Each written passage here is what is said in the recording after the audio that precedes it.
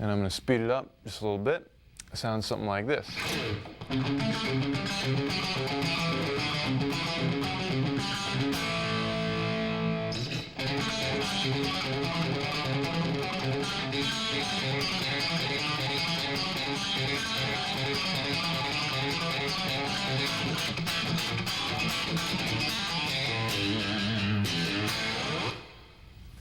This next one, also for your right hand, but works in the left hand a little bit too. You can do it on 2 strings.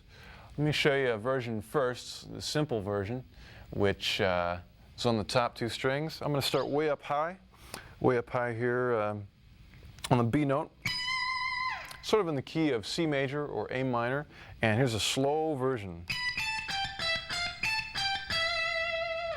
That's the pattern.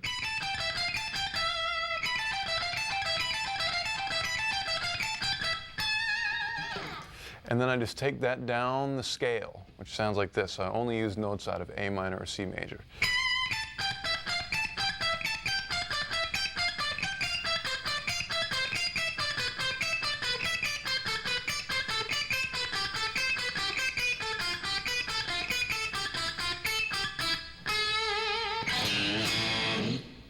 Kind of like that.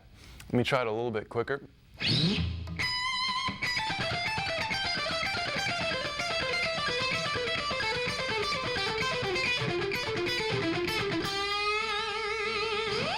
That's all alternate picking, starting with a downstroke. Let's speed it up a little teeny bit more.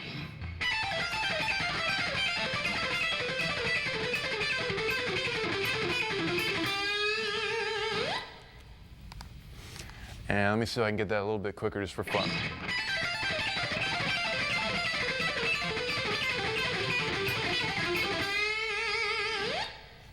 Now you'll find that a couple of those are kind of tricky for the left hand, especially that second to last one. And even if you don't play it very fast, it's a real good warm-up just to sort of get your coordination together in the morning when your fingers are sleepy.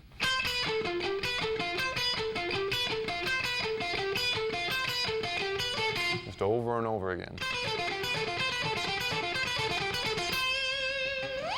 So that's that one. Let me show you the hip note version, which has sort of an A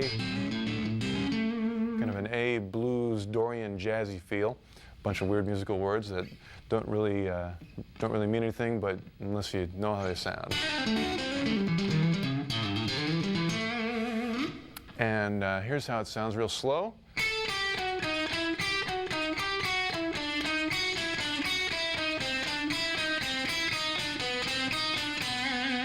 Pretty strange slow. It starts to sound more natural as you speed it up.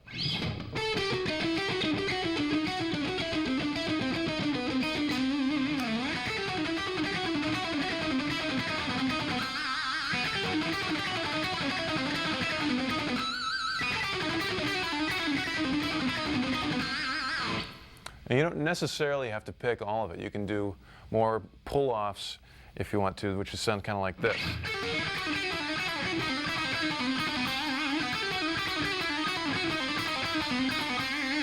Or picked again.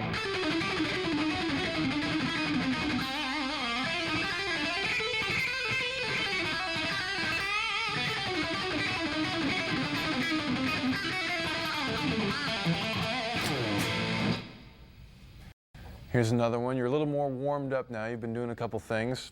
This one, a little more pull-off, left-hand oriented. Let me do the lick slow.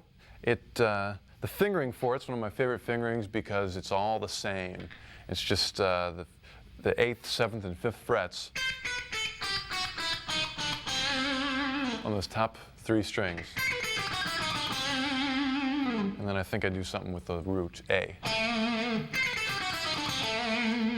Those are the notes. Here's the pattern.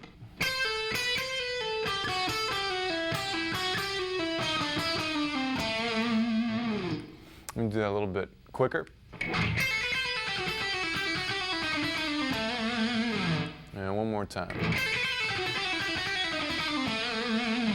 And what I did is I made a little blues progression. I don't know if it's not that bluesy, but it's the same chords as blues. Did that one in A, and then I did one identical, well actually it's not identical, it's a little bit different, in D, where I changed the fingering to be like this. But I do the same pattern.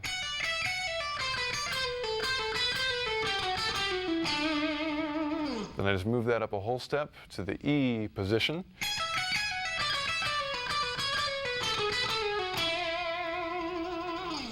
And then I have this wacky scale that I invented, or I don't know if I invented it, but it's something I came up with, where I do that same pattern again. Here's the scale shape.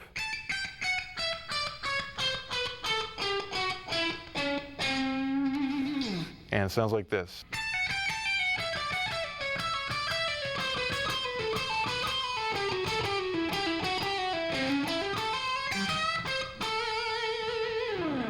Okay, that's a lot to remember, so let me play it a couple times, and it'll make sense because you'll be listening to it.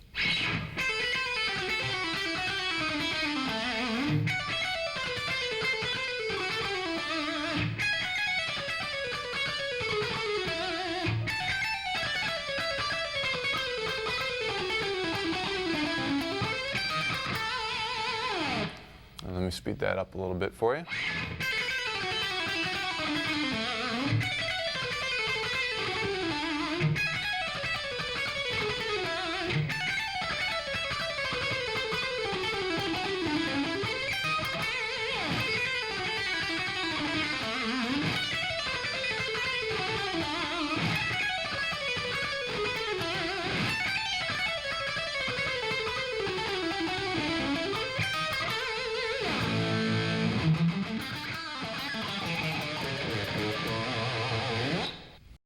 This one's a good warm-up for both hands.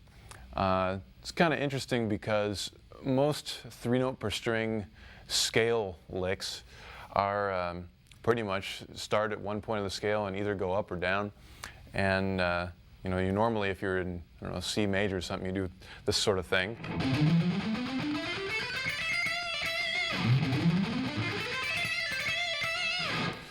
And what I tried doing is, instead of going straight up, like 1, 2, 3, I sort of reversed it and went 1, 3, 2.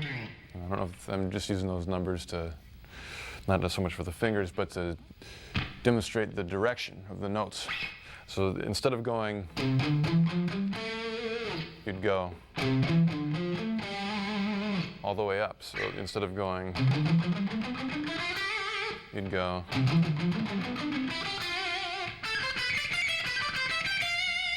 like that. It starts to sound pretty neat as you speed it up. So I'm going to try an exercise where I start off on the B note, still playing a C major scale, but sound like this, real slow.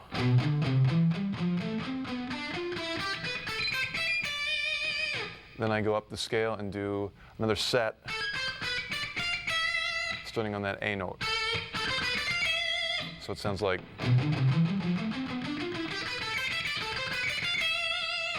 Then pretty much the same thing, but this time I start on the C. Still C major scale. And I go up one more. So the whole thing, we'll put it together now so it'll sound normal.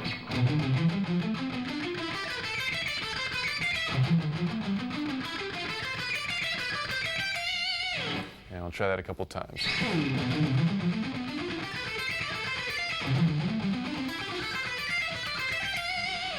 One more time.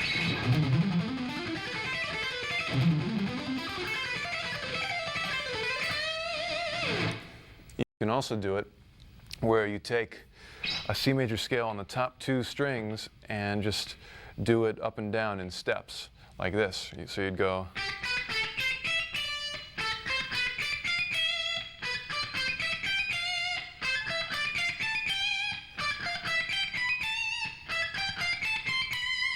And so on, just up and down. Real good for coordinating fingers on your left hand. Let's give that a try. It's a little bit slow.